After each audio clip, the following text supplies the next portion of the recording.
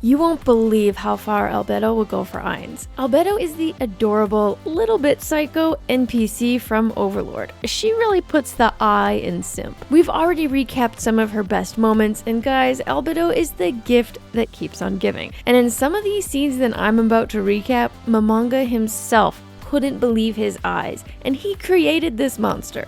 Make sure to stick around to the end because in the last scene, Albedo finally gets what she wants. In this scene, not even Ainz could believe Albedo's reaction. In Season 1, Episode 2, Albedo descends from the sky and explains to Mare why Momonga is using a disguise. But then she notices something interesting on one of Mare's fingers, one of Momonga's rings. Suddenly, Albedo's eyeballs bulge and you can almost see her soul screaming in jealousy. Oh. It's so raw and so sudden that Momonga himself is taken aback, probably bracing for what's about to happen. I'm in danger! But just as quickly as it happened, it's over, and she asks Momonga, perfectly composed, if something is wrong.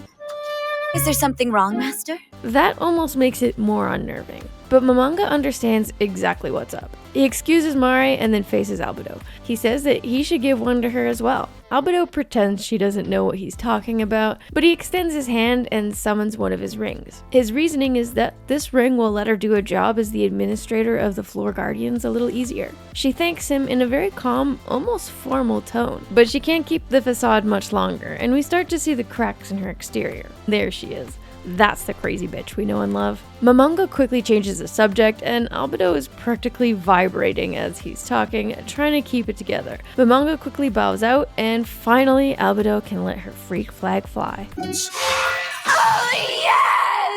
This Albedo scene will leave you with so many questions. In Season 1, Episode 6, Demiurge knocks on the door of a bedroom and enters inside. There he sees Albedo humping something under the sheets. Guys, she is literally in Ainz's bed in all her naked glory, and want to hear her response to Demiurge? She's trying to rub her scent in his bed. She wants to be the first thing Lord Ainz smells when he finally returns to his room. And we haven't even got to the best part yet. The thing she was humping under those sheets turns out to be a life-sized body pillow.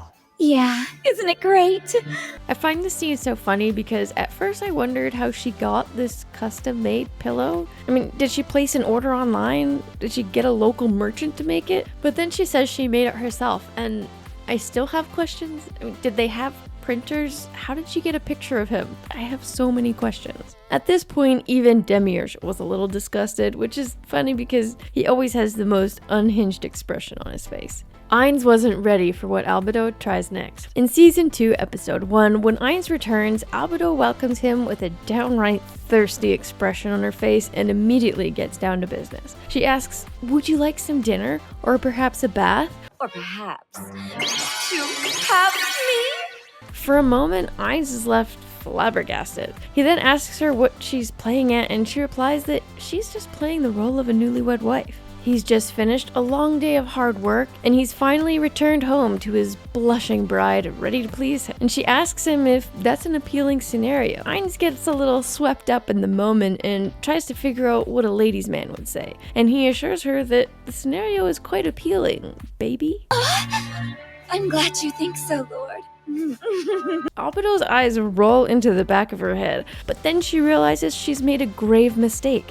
She was supposed to show up in nothing but an apron for the final showdown. What that is, we'll never find out, as Ainz has a crisis of conscience and puts a stop to the roleplay. In this scene, Albedo's shocking revelation will leave you speechless. In Season 3, Episode 1, when Albedo is unable to ride the bicorn, Shalltear brings out the encyclopedia she received from Ainz as a reward. Albedo reacts to this by patting her nether regions and stating that she wishes she could receive something special from him that's only for her. Shalltear looks at bicorns and then reads that while unicorns only allow pure maidens upon their backs, bicorns are the opposite, as they symbolize impurity. That's right, pure maidens can't ride bicorns. This completely shocks and stuns both Shalltear and Aura and myself because Albedo, a succubus, is still a pure maiden? Albedo's a virgin? She then starts sulking because Ainz has never summoned her to his bed, but she quickly cheers up because now she'll have to ask Lord Ainz to take her virginity so that she can ride these bicorns. Does anyone know if that's even possible? I mean, physically.